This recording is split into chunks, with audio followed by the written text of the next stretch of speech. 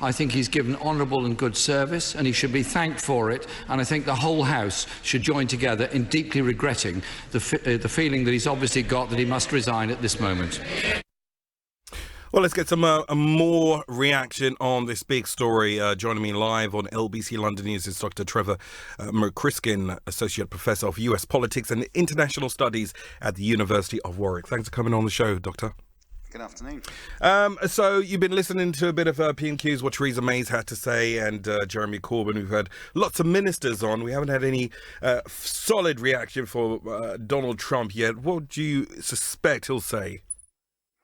Oh, it's very difficult to predict what Donald Trump's going to say, isn't it? But I think he'll say that this is, the right decision has been made. He made it very clear in his first tweets a couple of days ago that this was an ambassador who he would no longer deal with. And I think that kind of put Kim Darroch into a very difficult position, almost an untenable position. If the president of the country that you're the representative for the UK in that country and the head of state is saying we're not going to deal with you anymore, it really makes that position very difficult to continue with.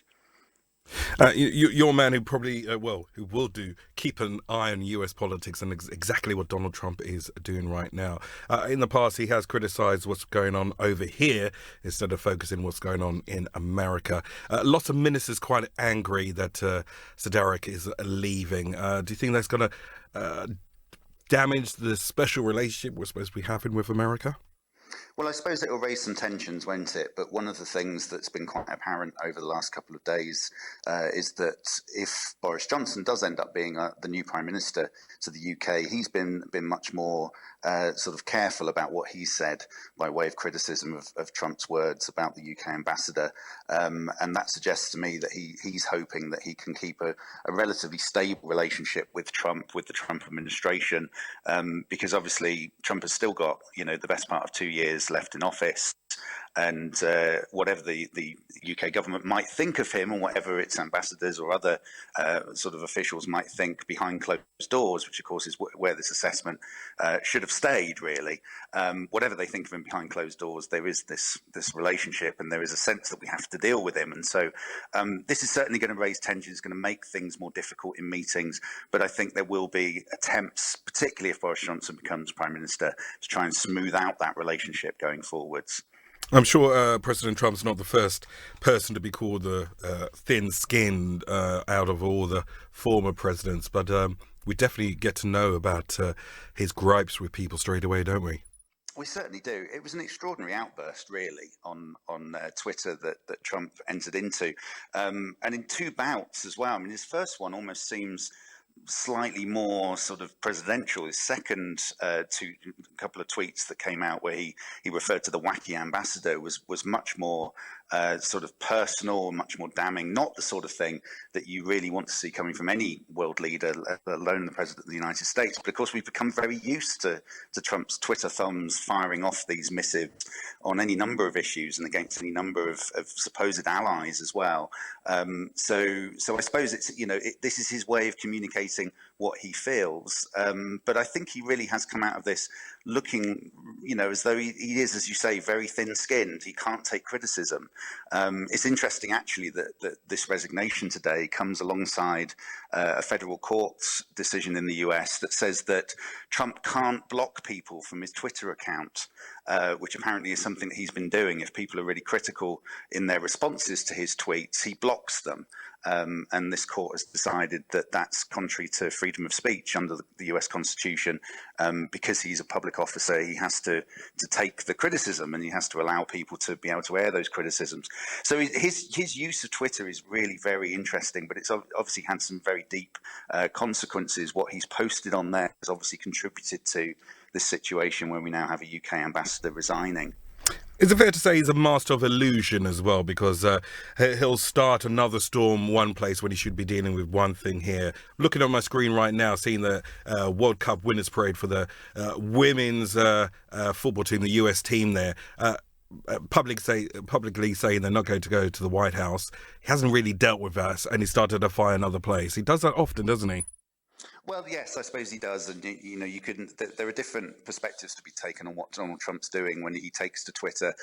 Is he being very deliberate in what he's doing, and he's, as you say, he's trying to divert attention away from certain issues and focus attention on others, or is it rather more random than that? You know, other things that just for some reason or other get under his skin. He shoots off a tweet, and the next thing you know, sort of that issue becomes a really big thing. It gets covered by the traditional media as well, becomes a bigger thing as a result. Of course, there was a Twitter storm around the World Cup team, wasn't there, because of some of the things that some of the US players, particularly Rapinoe, was saying about the president, and he responded very negatively to that. You know, they're winning the World Cup and having this ticker tape parade in New York. You would expect that was the sort of thing that Donald Trump would jump all over as a kind of, you know, opportunity to again show how great the US is, but he's choosing not to, obviously, because it's a point of contention for him. But he uses Twitter in ways that we've never seen before from a US president. Obama, actually, his predecessor, wasn't even allowed to have a Twitter account because there were fears that maybe he would tweet something that would be misinterpreted, wouldn't be properly sort of vetted before it was put out into the public. Trump absolutely refuses to have his phone taken off him or his devices taken off him. He wants to be able to tweet whatever comes into his head. And of course, it's not always the most well thought out and sort of diplomatic thing that he ends up saying. Bizarrely, in a lot of ways, the way that he's tweeted about this issue does actually confirm to some extent the sorts of conclusions that were reached by the UK ambassador in those emails that were leaked at the weekend. So it's a really fascinating incident of how he's in a lot of ways he's drawn much more attention to this than we would have had it just stayed a kind of Mail on Sunday story without him tweeting about it. Just finally, looking into the future, hopefully the near future, some people would say, will US politics and the presidency ever be the same again? Well, that's the $64,000 question, I suppose, as they say. I think it will. I'm one of the co-authors of a book where we've called this an ordinary presidency, actually, where although all the bluster and all of the extraordinary approach that this individual takes to being president, although all of that is happening, a lot of the stuff that we're seeing behind the scenes and a lot of the ways that US politics is playing out are still following fairly ordinary patterns. I don't think we've had as much of a revolution in this presidency as a lot of people maybe think there has been because of the way that the president has talked about it.